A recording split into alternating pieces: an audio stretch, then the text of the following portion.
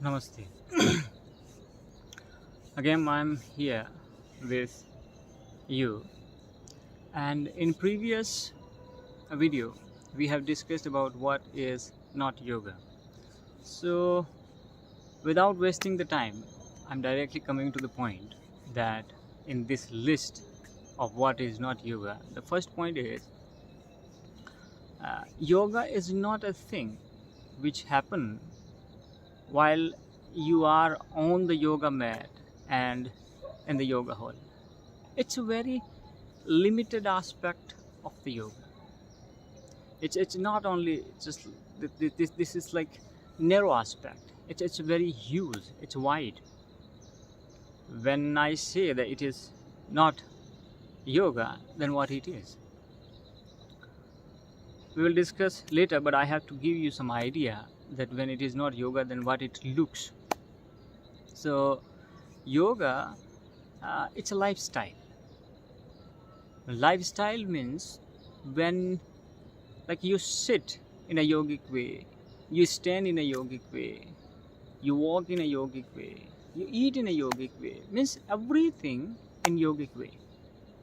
So that yoga is a lifestyle, not only limited to that yoga mat or yoga hall. And when I say lifestyle, then what will happen, what we receive, then all these things come into objectives of yoga. But I have to give you some examples, like how it works in the life, how that life will be more happier when we live in a yogic way. Because happiness, later we discuss that whether happiness exists inside the body, outside the body, or somewhere else. It's another topic. Some other day we will talk about that.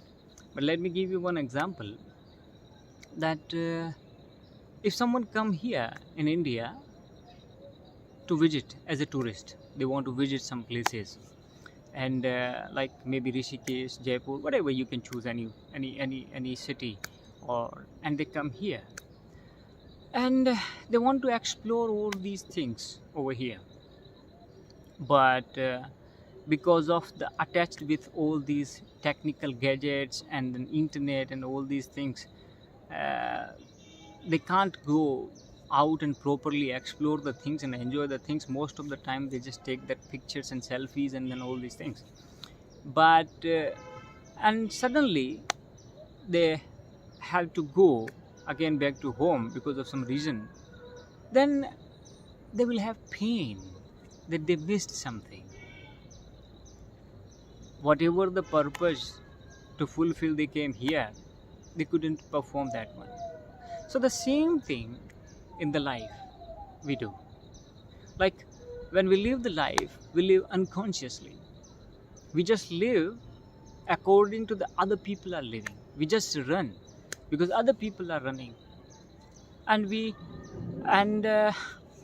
when we need to leave this body, at that time we have a great pain. The same thing, because we couldn't explore the life, and that's why that Swamiji said that yoga is for death. So I'm not saying it's for death directly, but when you live in such a way that full of awareness, that is the yogic way.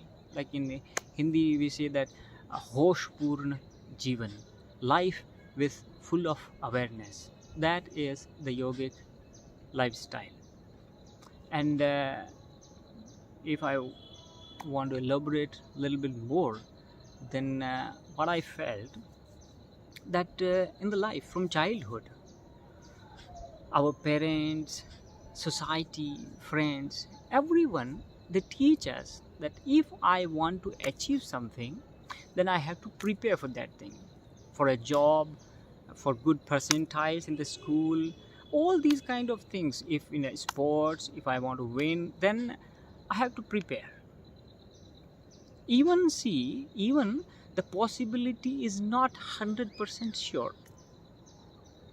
No, 50, 60, 70, 80%, whatever, but it will never be 100%. But still, we prepare.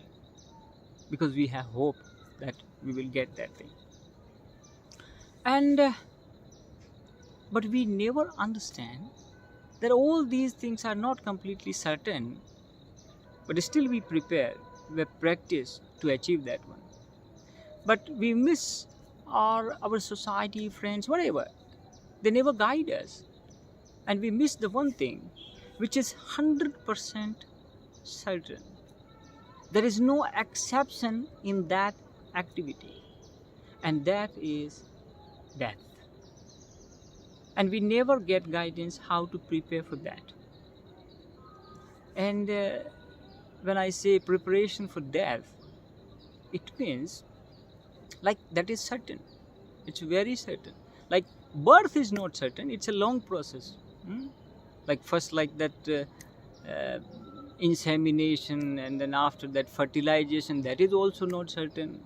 And then after fertilization, like that morula, blastula, gastrula, it's ectoderm, endoderm, mesoderm. A lot of things happen in the 9 months, and even there is no surety that the birth will be the normal or not. But once someone born, their death is 100% sure without any exception. But still, we don't get any guidance how to prepare for that activity. Now, when I say this thing, then my friends, they say, no, we don't have time for doing a lot of things, and then you are giving that another thing that like to prepare for the death. I said, no, you don't need to find other time or the extra time for it. You have to live your life with maximum awareness, then preparation of the death will be itself there. That Guruji B.K. Iyengar, he said that yoga will provide us that how to live the life happily and die majestically. So I can I can just aid my thing, that live happily and die peacefully, so without any pain. So this we can again take that the first example, that when I explore the all aspect of my life, then there will be no pain that I left something and then I need to do something. No. So the maximum level of awareness, live life with that one, and that the preparation of death itself is there when we live each and every moment. Whatever that the Patanjali Yoga Sutra says, that Atha Yoga Anusasanam, be in present moment. Whatever you do, try to give your 100% awareness in that particular activity. And once we explore the aspect of the life, then there will be less pain when we need to die. See, I also don't want to die right now, but I know that how can I get the less pain when that particular moment will happen.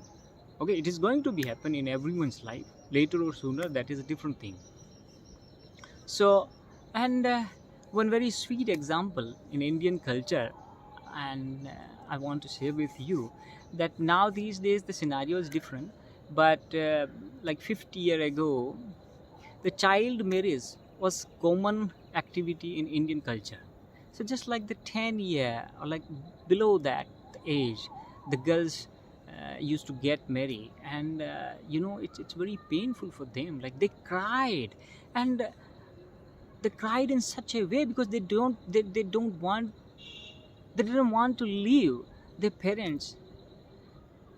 They didn't explore their life with them. They are so attached that they didn't know that what will happen now.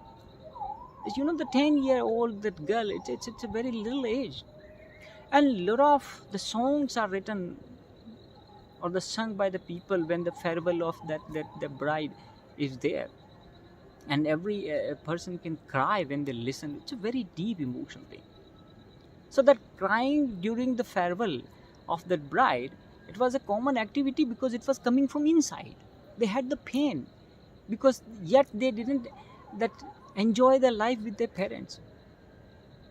But nowadays it's different. The girls like 20 plus 25 30-year-old, when they get married, they lot of time that invested with their parents, they spent with their parents, and they also go out for the study, and then they have explored the life, and they understand that this thing is going to happen and this way it will work. So now these days they don't cry in that way. Okay, that way. I'm not saying they don't cry, while I can say that sometimes it's look like formality, but they don't cry because it doesn't come from inside, you know. So the same thing, when we explore the life, then there is less possibility of crying or the pain when the death is there. So live the life with full of awareness. That is the yoga. It's awareness. So yeah, later we will also explore it, and another topic in the next video. Till then, take a very good care of yourself and be happy. Namaste.